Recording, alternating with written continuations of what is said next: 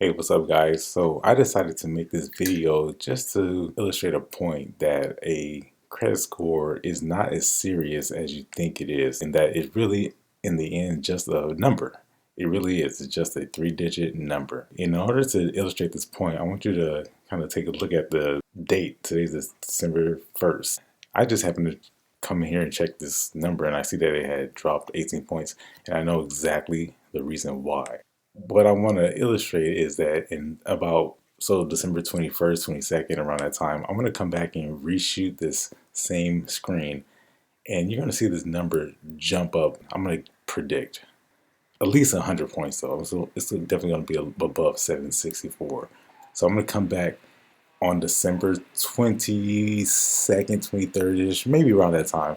And you're going to see how easy it is to manipulate these scores when you know the principles, when you know the concepts, the statement day, closing day, open days, and when you know how to carry interest and you understand these principles, you realize that you can manipulate this score and you can leverage the information you know to change the score whenever and however much you want. I say all that to say that with the understanding of a few concepts, financial principles, you know how to carry debt and manage debt, which is way more important than just attaining a number score. It's the principles of being fiscally sound and knowing those concepts. That's what's really going to help you to grow wealth and be able to manage debt and to be able to save money and do all the things that you need to do. And welcome back. Today is December 24th. For the record, I did say December 23rd, but I waited another day because I had stuff to do. Nevertheless, look what happened. Check it out. What did I tell you? And I'll come back in a couple of days that it was going to be up. And this is exactly what happened. So if you look, I predicted that it would be, what did I predict? I said it would be about 100 points. Well, I was close. Not quite 100, but I was pretty close. It says 94. So, needless to say, you can never tell what's going to happen. You're never sure what things will say in the very end because of all the factors involved. But because we know what these principles are, we know some of these concepts, these financial concepts, it's very easy to manipulate the score. So, how easy is it? Well, when you know the open dates, the close dates, and the reporting dates, these are your statements for your credit cards. When you know when the credit card is open, you know when to use it, when the payment is due, and then also when the statement closes or the statement reporting date, you know exactly what the credit bureaus are going to see. When you have this information in your arsenal, you can manage debt way more effectively. You know some of the principles of financial stability and also being fiscally sound. So obviously, we know that Credit Karma isn't the true credit score. They use this, what they call a Vantage score, and you can read more about that. But nonetheless, if you were to pull your official credit report, then it would look something along those lines. It may not be this exactly.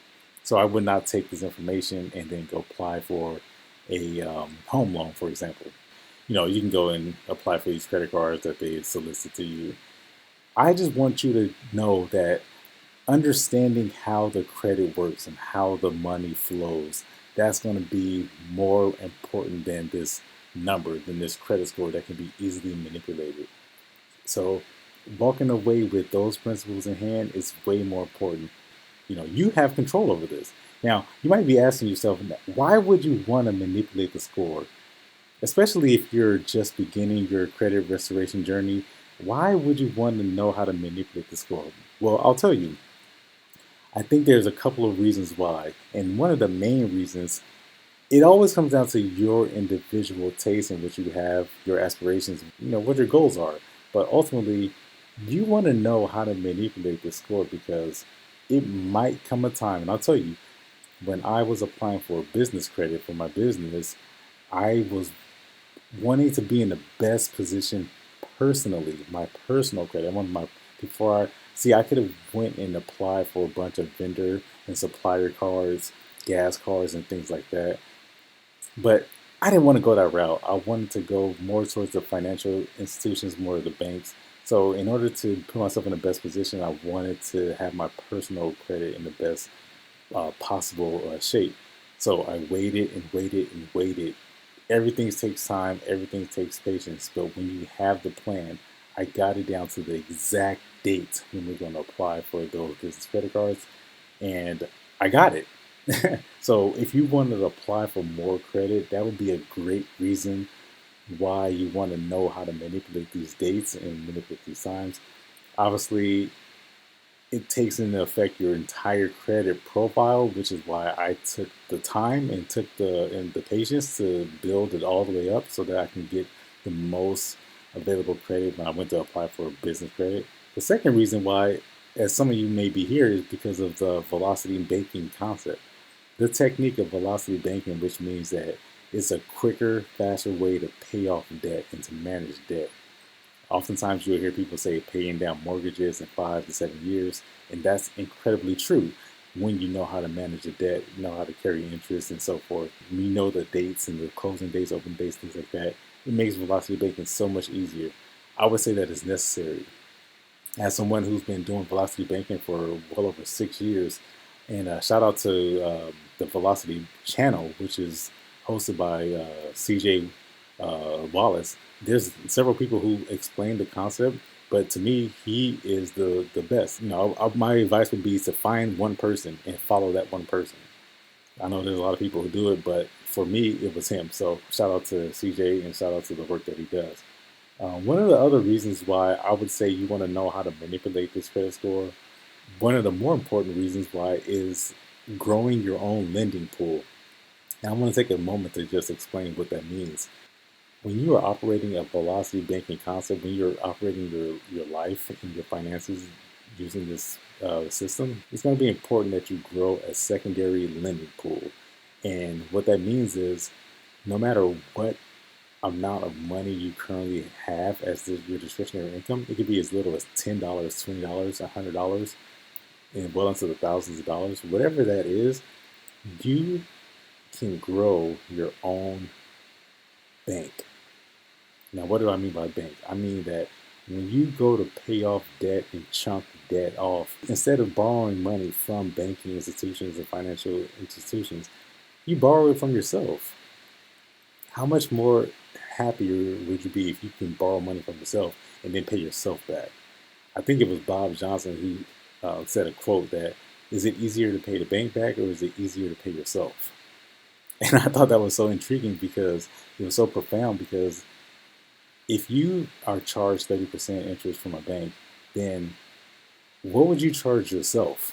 So if I was going to charge myself interest, I would charge myself higher because I'm paying myself rather than paying Bank of America or Wells Fargo or Discover or Mastercard or whatever.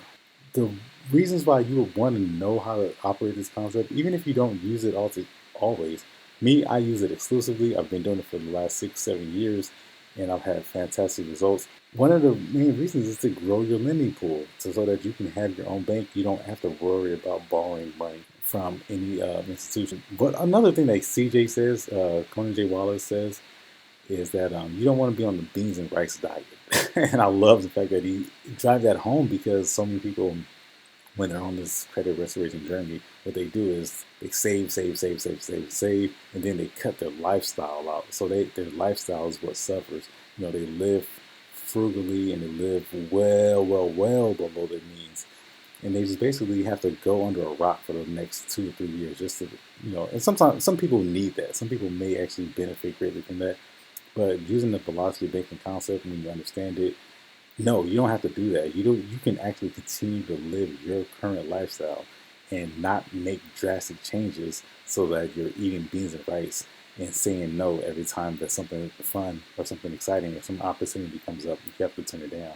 I love the velocity banking concept. It's one of the greatest tools, I think, in learning how money works and learning how to take that journey and understanding more financial concepts and taking more control over your whole fiscal picture in general. So this is just a video that I wanted to demonstrate how easy it is to change these numbers. And when you understand these simple concepts, you can really take advantage of them and use them to your leverage. So if you want to know more about velocity banking and want to know more about how to manage debt and how to understand money, then I would definitely encourage you to subscribe and continue to watch this channel as I'm going to start breaking down more of these topics, just so that the average everyday person can learn some of these concepts and use them to your advantage.